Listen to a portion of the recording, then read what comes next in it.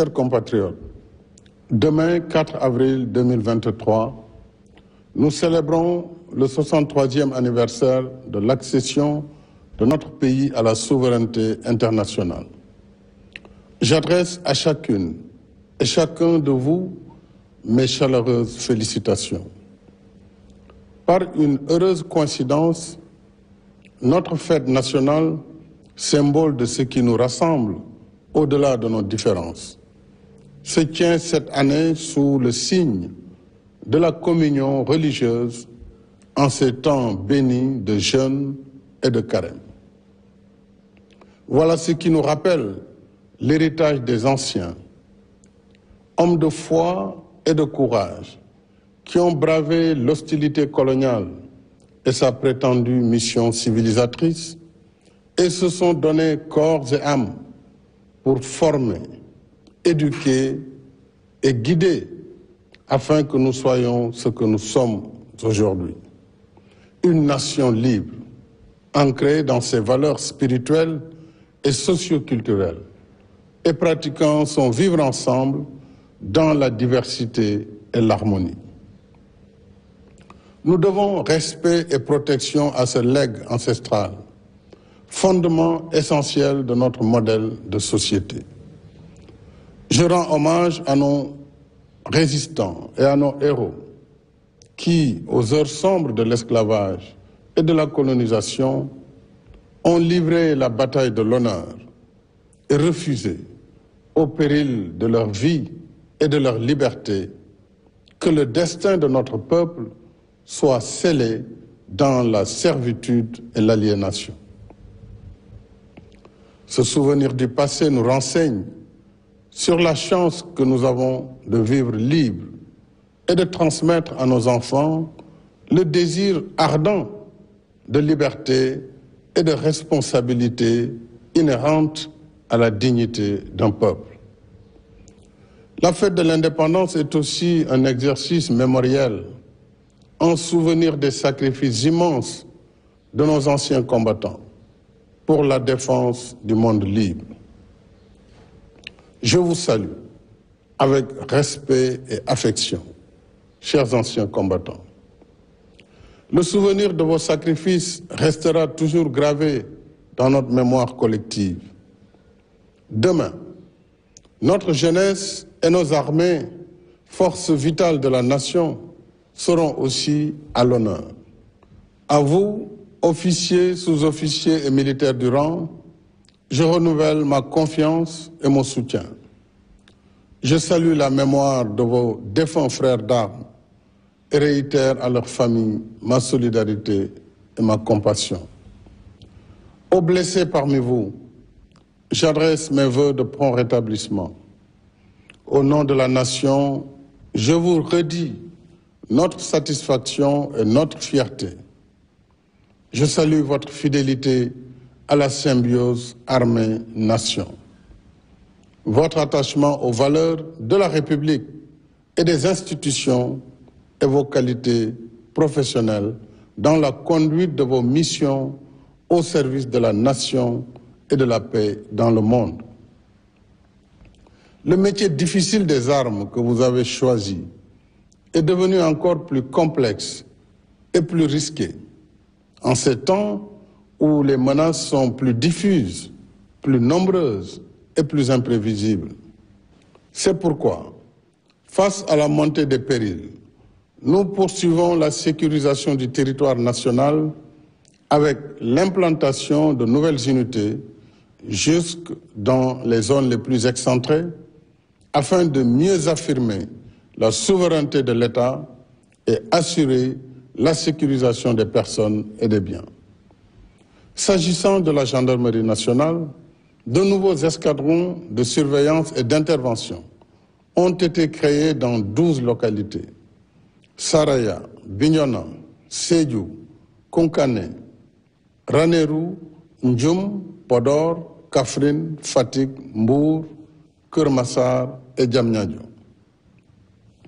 Quant à la police nationale, elle s'est dotée de 10 nouveaux commissariats aux Parcelles Assainies, Unité 15, Golfe Sud, Diamaguène Sicap Mbao, Rufisque Est, Yeumbeul Komiko, Zac Mbao, Thiaroye, Linguère, Nioro du Rip, Koungheul et prochainement à Keur Massar. Ces efforts sont renforcés par la modernisation des moyens d'investigation et le relèvement des effectifs afin que nos forces de défense et de sécurité restent toujours à la hauteur de leurs missions régaliennes et des tâches civilo-militaires qui leur sont confiées, comme la préservation des ressources naturelles, thème de la fête de l'indépendance cette année. En effet, la protection de nos ressources naturelles reste au cœur des priorités de notre souveraineté, avec la raréfaction des ressources, les pillages et trafics illicites de tout genre et la nouvelle vocation minière, pétrolière et gazière de notre pays. C'est pourquoi je tiens à la poursuite des plans d'équipement de nos forces de défense et de sécurité pour qu'en tout temps et en tout lieu, elles gardent l'ascendant et soient prêtes à la riposte. Mes chers compatriotes, dans mon message pour le Nouvel An, je vous ai entretenu de nos programmes et projets de développement économique et social, y compris l'état d'exécution de nos chantiers d'infrastructures indispensables à la réalisation de nos objectifs d'émergence. En dépit de la conjoncture économique difficile, l'État continue sa politique de soutien aux ménages, comme en témoignent les mesures de lutte contre la cherté du coût de la vie, dont la baisse du prix des loyers. En même temps, tous nos chantiers d'infrastructure restent actifs, aussi bien en milieu urbain que rural, conformément à notre politique de développement dans la justice sociale et l'équité territoriale. Ainsi, après les autoponts de Yoff, Keur Gorgui, Saint-Lazare, Lobat Fall et Keur Massar, celui de Cambérène et le pont de Marsassoum ont été mis en service. Dans la même dynamique, je suis heureux d'annoncer que l'exploitation commerciale du BRT débutera dans le courant du deuxième semestre de cette année, avec un parc de 158 bus spéciaux, 100% électriques, qui seront alimentés par voie solaire. C'est une première mondiale. Les premiers bus seront livrés en mai.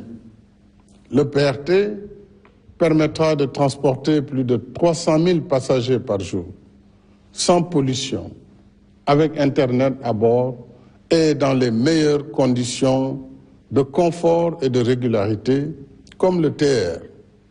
Il réduira de 90 à 45 minutes le temps de transit entre Guédiawaye et Dakar et mettra au travail 1000 jeunes dont le recrutement est en cours. Mes chers compatriotes, demain, aux côtés de nos vaillantes forces de défense et de sécurité, notre jeunesse vibrante sera aussi à l'honneur, à la place de la nation, parce que c'est elle qui, assurant la relève, porte nos espoirs pour le futur.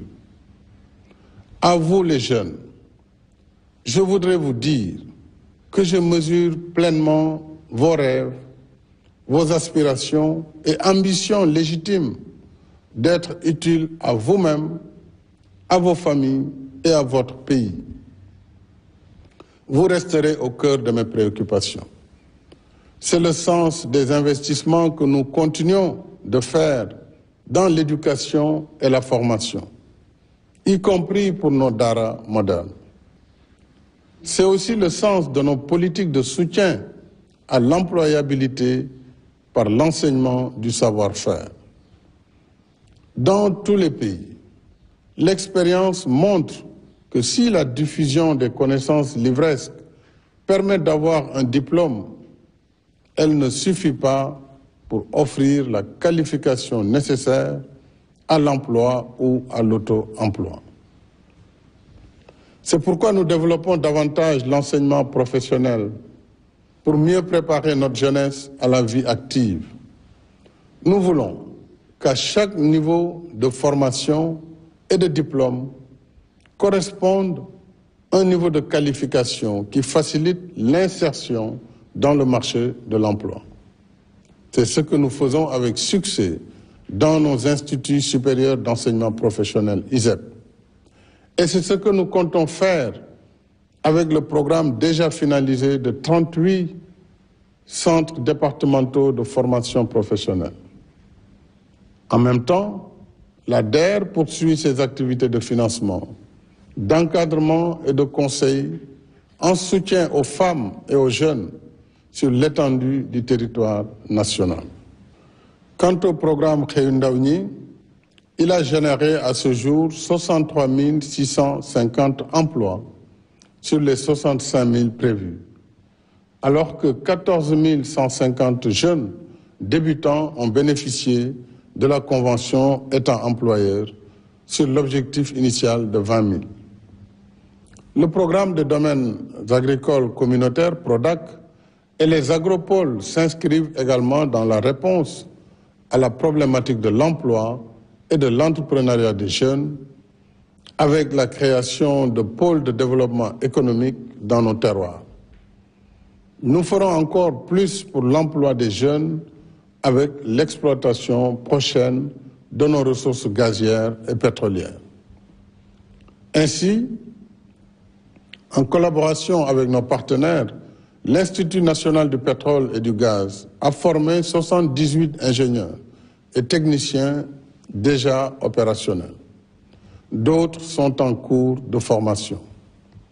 En outre, à la faveur de la loi sur le contenu local, j'engage notre secteur privé national à investir davantage dans la chaîne de valeur de la filière gazière et pétrolière afin de créer de nouvelles opportunités d'emploi et d'activités génératrices de revenus pour nos jeunes.